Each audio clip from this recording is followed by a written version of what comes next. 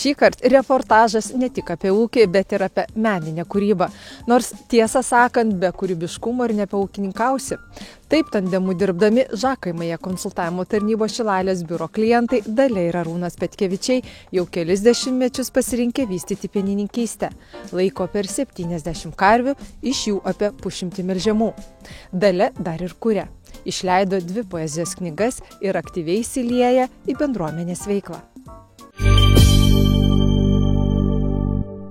Dalia, sakoma, kad menas atspindi mus pačius. Jūs ir kuriate, ir vaidinate, ir aktyvi bendruomenės narė esate. Kaip surandat savyje laiko ir jėgų dar nuo ūkio skirti šitam meno krypčiai? Laikas yra gyvenimas, o kad vien dirbsi tik tais, tai reikia kūrybos įdėti į savo gyvenimą. Tada ir ateina pati ta tikroji kūryba iš tikrųjų. Mačiau, esat Facebook'e, socialiniuose tinkluose, neseniai buvo ir spektaklio premjera, vaidinate jūs nuo raganos iki kokių vaidmenų turėt ir kokie jum pačiai yra artimiausi? Universalūs vaidmenys, čia tokie tie mūsų vaidmenys, gyvenimo vaidmenys iš tikrųjų.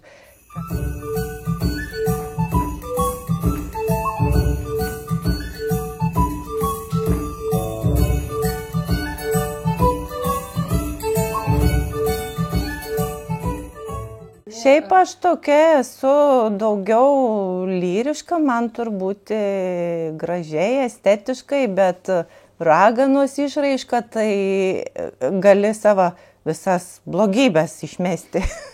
Aišku, gražiai išmesti tas blogybės, parodyti visą savo vidų, meninę išraišką. Na, meninė išraiška jums labai yra svarbi ir šiek tiek užsimenate, kad kuriate poeziją, rašote, išleidote 2 knygas. Ar kuriate jau seniai? Ar tas atėjo iš vaikystės, jaunystės? Jau čia tas, kaip sakau, dievulis trinktelėjo į kaktą, pabučiavo, grožio nedavė, bet mintis liep prašyti. Tai va, tai čia yra nuo senų laikų ir aš nežinau, tos mintis yra ne mano. Kažkas jas padiktuoja tiesiog. Bet per jūs, vis tiek jūs turit per save perleisti šitą dalyką. Ir tol dėliuoji tą žodį, būtinai jis turi sueiti į eilutę, eilutė turi skambėti man. Kas jūsų kūryboje dabar dominuoja, kokio tematika? Šiaip esat gamtos žmogus žiūrint. Taip, čia gamta visur gamta. O kas kūryba? Širdies laiškai parašyti ir viskas. Bet vis tiek kažkas truputėlį imponuoja kurti, kažkas, kaip čia pasakyti, sukrečia, pamatot, permastot. Kas jūs įkvepia kūrybai? Ir aplinka tam tikra?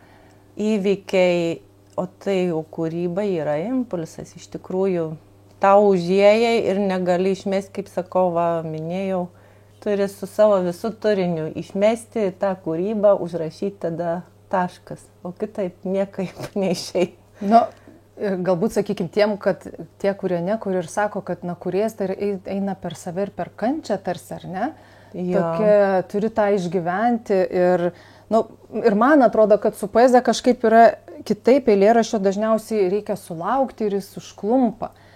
Ir jį nešiotės ilgai. Ar turit užrašinę, sakykim, su savimi? Ne, užrašinės neturiu, mano eilėraščiai skiautės yra laikraščių, kažkokių būna, kad pataisai tą eilėraštį, bet dažniausiai jisai impulsas, tiesiog vaizdama tai pasiimi, kai dabar tai iš viso paprasta. Įsijungiai telefoną, turi kažkokią nuotrauką nusifotografavęs, pats aišku, nusifotografuoji ir pagal tą nuotrauką, jeigu yra ta nuotaika ir tiesiog eilėraštis lieja. Vienas jūsų eilėraščių yra neparašiau šiandien nieko. Man rodos, toksai yra. Ką darote, kai nesirašo? Pagalvoju, o tai gal jau viskas? Gal dievulis kažkur kitur nuėjo pas kitą žmogų? Gal aš labai tingėjau, nenorėjau nieko daryti, išėjau kitur, bet žiūri paskui, kad ir vėl jis parėjęs šalia tavęs yra. Tai va. Nes, sakykim, kad užduotis kalbėti savo balsu, savo stiliumi yra ne iš lengvųjų. Ar ne? Reikia surasti vietą tarp visų kūrėjų, bet nežinau, galbūt kai kuriate, gal nesilyginat su kitais.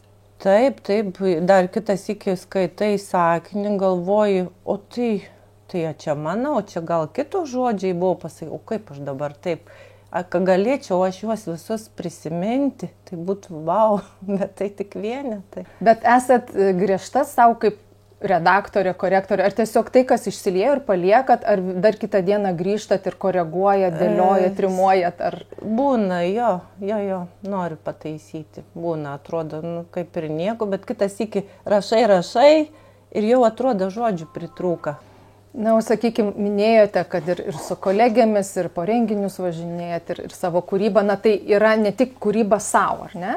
Bet kūryba galbūt ir savam klausytojui, kuris atranda jūs. Ir parašyti eilėraštį vieno, perteikti žmogui, skaityti jį yra visai kas kita. Tarsi norisi, kad tas žmogus suprastų, ar ne? Labai malonu, kai žmonės skaito ir aišku, ne visi tai gali suprasti, ką tu parašai, jam visai kitaip atrodo. Kiti sako, per daug giliai tu rašai, norėtumėm paprasčiau, o man atrodo, kad, aišku, kitas iki, tu neprigalvoji ten kaži ko, bet atrodo labai sudėtingas sakinys gaunas. Kaip ne visi gali romanus skaityti, taip ne visi poeziją gali skaityti.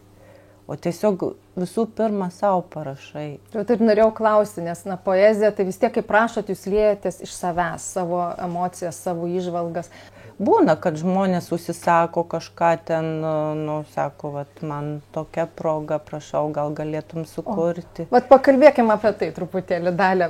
Kūryba iš savęs ir kūryba pagal užsakymą. Tai žinokit, man tada jau reikia vaizdinio, turiu aš įsivaizduoti, matyti. Ir dabar, kai tie socialiniai tinklai, rašo viena moteris, man labai sužavėjo jūsų kūrybą, yra dabar giminės susitikimą turėsim, labai norėčiau įžangai kažką tokio, gal galėtumėt sukurti jūs. Visų pirma, atsiuntė savo sodybą, kaip jie sutvarkė, kaip ten, dar sakau, faktų man reikia, kaip jūs iš viso toj sodyboje pasilikę esat. Tai močiutė audėja privedė tokį, iš karto, ąžuolas man toks užkliuvo, imponavo. Ir paskui jau pradėjai dėliotis mintis, patiko ir tai moteriškai tos eilės. Dalia, dar norėjau paklausti, būtent ar daugeliui šiandieną tai, kas yra įprastas gyvenimo tempas ir aplinkybės yra palanki kūrybai? Tiesiog iš viso menas yra toks dalykas, kad tu turi save atiduoti, turi lėšų daug įdėti, norėdamas knygą išleisti, tai savo algą turi atiduoti, visų pirma, aišku, save atiduodi, po to piniginė prasme. Turėti žmonės klausia, kiek tu čia uždirbai, paklauskit, kiek aš įdėjau, o ne kiek uždirbau. Tai menas toks yra ir nežinau, tas tempas tai gyvenimas tiesiog iš to temos pareina. Gyvenimas kaip įkvėpėjas. Taip. Net ir toj pačioj rutinoj irgi yra kūrybos ir kaip į tai pasižiūrėsi. Tai be abejo, manęs pavyzdžiui klausė, kurioje vietoj tau geriausiai tas eilėraštis. Taip, gal turit kur nors arką kokią? Kur čia ta vieta, ir dabar visiems galiu pasakyti, kai nueinu į ūkį dirbti ir tada didžiosios eilės pareina. Tokia Ir ką tada daryt, reikia užrašinės tada? O tai tada vert galveliai, o ten dar tokių visokių popieriukų yra, nusitveri kokias skiautę, užsirašai, parsineši namo ir žiūri, kas ten buvo su tavim kitoj fermai. O taip. Tai kada, Dalia, tikėtis 3 knygos? Minėt, kad jau jinai yra truputėlį pradėta. Tai jau šiais metais tikrai reikia tikėtis. Jau reikia tikėtis. Nebeturiu kur dingti, jau reikia. Nes laikas, tu nežinai, čia esi, čia tavęs nebėra jau. Tai tas laikinumas, galima sakyti, savotiškai, žmogaus kaip asmenybės laikinumas savotiškai irgi skatina kurti. Tai be abejo, jeigu tu užmėgsi, tai užmėgsi visą, ką tu buvai padaręs ir paskui gal kažkas ten surinks kažką, bet ar kam to bereikės. Reikia daryti čia ir dabar, kol esi ir viskas. Taip, kitaip negali būti. Kūrėjas yra labiau, sakykime, prieštaringa ar harmoninga asmenybė? Na, jūs pati kaip kūrėja ar aplamai? Audros verda, žinokit. Taip, tiesą pasakius. Tai šalia jūsų vyrui nėra lengva? Tai be abejo, kad jam nėra lengva. Šiaip mudu esam, jis yra avinas, aš mergelė, ūkio atžvilgiu, tai jis yra lyderis, o čia jau jis su manim eina iš paskos. Arūnai, Dalia kalbėjo, kad ir ūkyje gimsta mintis ir rašo ant lapelio, ar kur papuola, kur tą mintį užrašyti. Kaip jums atrodo, kiek ūkininkavime yra tos kūrybos? Na, tas ūkininkavimas ir supranti, visas ūkininkavimas, gali sakyti, yra kūryba. Turi galvoti, turi kažką tai planus kurti, vienu žodžiu, į ateitį žiūrėti, ne vien tą dieną gyventi. Na, kažkiek dalis yra, gali sakyti. Realiai jo kūryba yra taip. Pačiupinėjimą, gali sakyti, kūryba. O koks, Arūnai, dabar jūsų ūkis yra, sakykime, labai trumpai, kiek galvijų laikot? Apie 50 melžiamų karvių, 70 ten su kapeikom galvijų iš vis. Ateity biškai reikės padauginti, nes į projektus einu, biškai pieną pasididinau, kažkur dar apie 10 gal karvikių gal reikės dasiauginti. Na, minėjot, kad dalyvaujat projektuose. Kokiuose dalyvavot ir, vis dėlto tada pozityviai žiūrite į ateitį? Projektuoja dar truputėlį didinti ir žygiuoti to keliu? Reikia iš kažko gyventi, kažkaip būti reikia ir norės savo darbą pasilengvinti. Nes dabar technika modernėja, su sena technika, aišku, tos senos technikas nedaug pas manęs, bet jau, pavyzdžiui, jeigu jau dirbi su 11 metų traktorium, aš jau skaitau, kaip jau reikia naujesnė, jau su pažangesniam technologijom, su visais tais įdėtais vairavimais. Tiksliausiam technologijom. Jo, viskas jau vienu žodžiu yra. Pabandžiau, vieną traktorių čia per projektus vienas nupirkau, pabandžiau, dabar antrą traktorių irgi, daugi patiems. Tai modernizavimo? Jo, modernizavimas yra. Dabar paskutinis projektas, čia rudenį pasirašiau paraiškas, tai patvirtina ir čia iš 2014-2020 metų, dar kur buvo likę pinigų, patvirtina, tvarkoja. O pats rengėtės paraiškas ar kreipėtės? Ne, čia konsultavimo tarnyba, Šilaliai. Subendraujam neblogai ir vienu žodžiu, parengus. Tai ir Šilalės biuro vadovė yra minėjus, kad tiesiog, jūs dalyvauti įvairiuose projektuose, įvairiuose bandymuose ir sakė, jeigu jau reikia kažkur atlikti bandymą ar projektą, visada kreiptis į Arūną. Kaip sako, naujas tos technologijas pasitari, pasikonsultuoji, vienu žodžiu, tas pačias žemės tyrimus pasidarai, kur reikia. Parengu tręšimą planai yra aktualūs, dabar niekur be jų nedingsi. Ta pati buhalterija, vienu žodžiu, viskas. Daug reikalų. Gyvulininkystė turbūt, kaip sakoma, amerikietiški kalneliai arba ta įtampa nuolatinė palydovė, ar ne, yra, bet turbūt reikia susitaikyti su tuo, nes kitaip nebus, ar ne? Negali mesti vežimaičio ir užbaigti šitą veiklą. Kur anksčiau iš pat pradžių, tai to stresą būdavo viską, dabar kažkaip ramiau reaguoji, su metais parein, turi priprasti. Ir patirties yra, kiek jūs ūkininkaujat metai? O tai jeigu taip iš tikrųjų, tai nuo 2002, jeigu jau su visa pilna buhalterija, o šiaip, kai parėjau, buvau pabėgęs iš kaimo, čia kaime gyvenęs, bet pabėgęs iš kaimo į kaimą 94 iš po kariuomenės parėjau, taip nuo tų metų. Ir kaip tada nusprendėt užsimti? Močiutė paprašė. Močiutė paprašė. Taip. Išbuvo metus laiką darė čia pas močiutės, taip močiutė viena buvo ir priprato jinai, ir paprašė, kaip tas paprašymas. Tuo laiku taip, tų darbų nesimėti kažkaip, tai buvo sunkus laikai. Kažkaip pagalvojom, pabandysim. Pabandėme ir nusibandėme iki pat dabar. Nusibandėme, dar vis bandot. Jo, bandymas. Bet bandymai yra neblogi ir pernai metais, ir gal pataisykit, gal ne vieną kartą esat ir metų ūkį rajone laimėję antrą vietą pernai iš Sumanų ir Pažangų, ar ne? Pernai metais, jo. Jo, atsimenu, pradėjau nuo Vikšrinė data 7-5, jeigu atsimenu tuos laikus. Arkliuks? O tai, tai aišku, arkliuks, aš jau čia apie tą nebekalbu, nes tada ūkis tas visai mažas buvo. Bet kai nuo traktoriaus, tai nuo vikšrinio traktoriaus, tai dabar jau ne. O kaip jūsų patirtis, va dabar ateina tas tvarumas, ar ne, labai tas skambus žodis, bet kaip realiai ūkyje pasiekti, eiti to tvarumo link, sakykime, nes tai yra gyvuliukai, tai yra ir aplinkosauginiai reikalavimai. Kaip yra sunku, tie aplinkosauginiai, kitą kartą būni perdėti, aišku, jų reiktų, bendra tvarka turbūt ir čia niekur nedingsi. Kaip pas kitų yra tokių ūkininkų, kur ten ir priversta, apversta ir mėšlai, be kaip visko yra. Bendra tvarka turbūt, bet yra tokių perdėtų reikalavimų. Yra perdėtų, yra, pavyzdžiui, tas yra tos daugiametės pievas, yra prie mūsų, yra tos gyvūnijos faunos daug, šernai išknisai, nori atnaujinti, vėl papildomi reikalavimai, ten turi vėl NMA programėlės, viskas. Ir pats tą pieną iš šaldytuvo irgi pasisėmi, pats namuose irgi pavartoji, juk nevartos ten bikokį tą pieną. Turbūt švara, tvarka visur turbūt.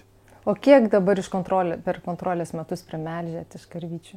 Tikrai nes... Virš 7, nedaug, virš 7 tonų kažkur tais. Nėra taip kaip bendrovėse, kad tenais 10-12 tonų. Ne.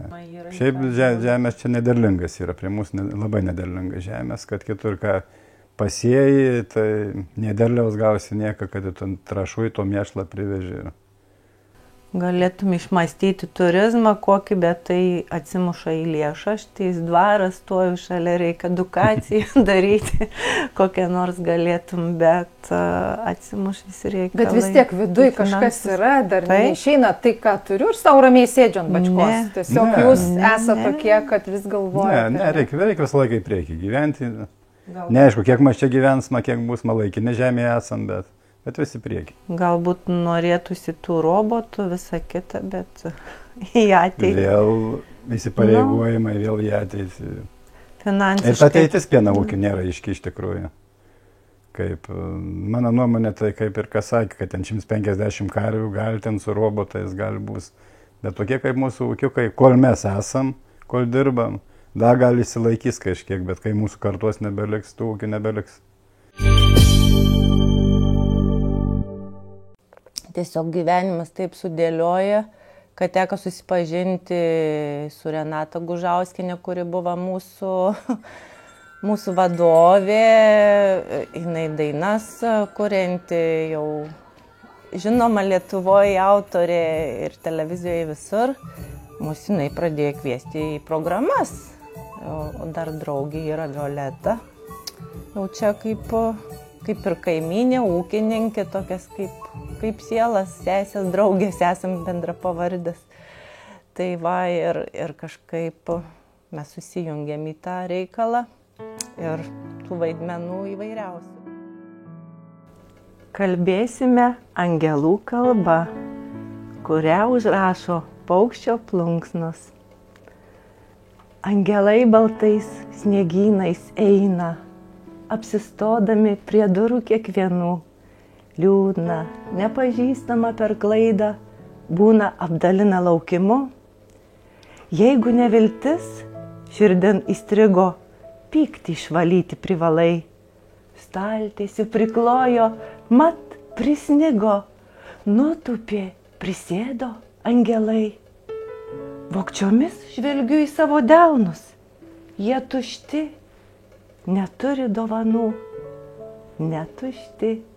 Glėbys juk meilės kalnas, pilnas apkabinamų žmonių.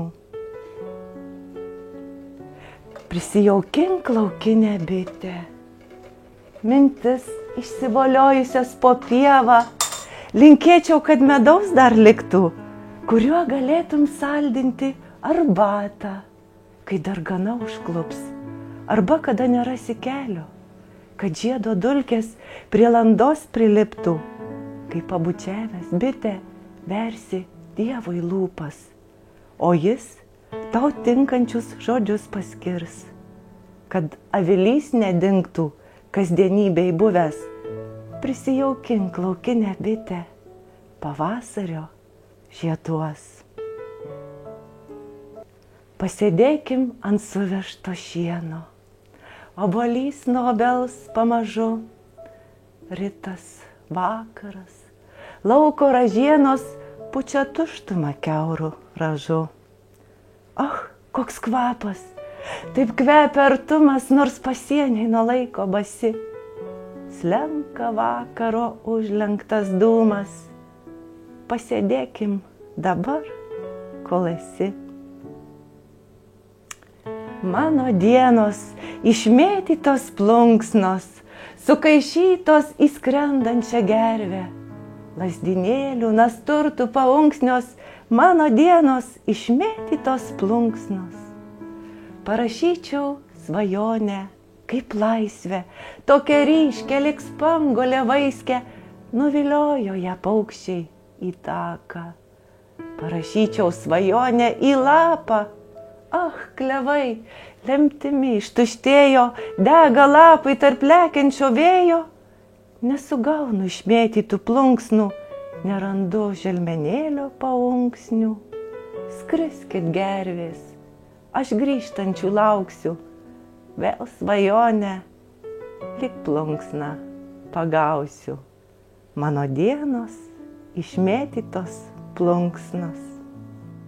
Juk tik mėtos lapelio artumo, ant grėblio užvirtusio šieno, viršum klevo palinkusio dūmo ir medaus privarvėjusio pieno, boružėlės tylaus pakrebždenimo iš sudžiūsio tošyje pleišto, akmenėlio dangun paridenimo, pasagėlė išeinant paleisto.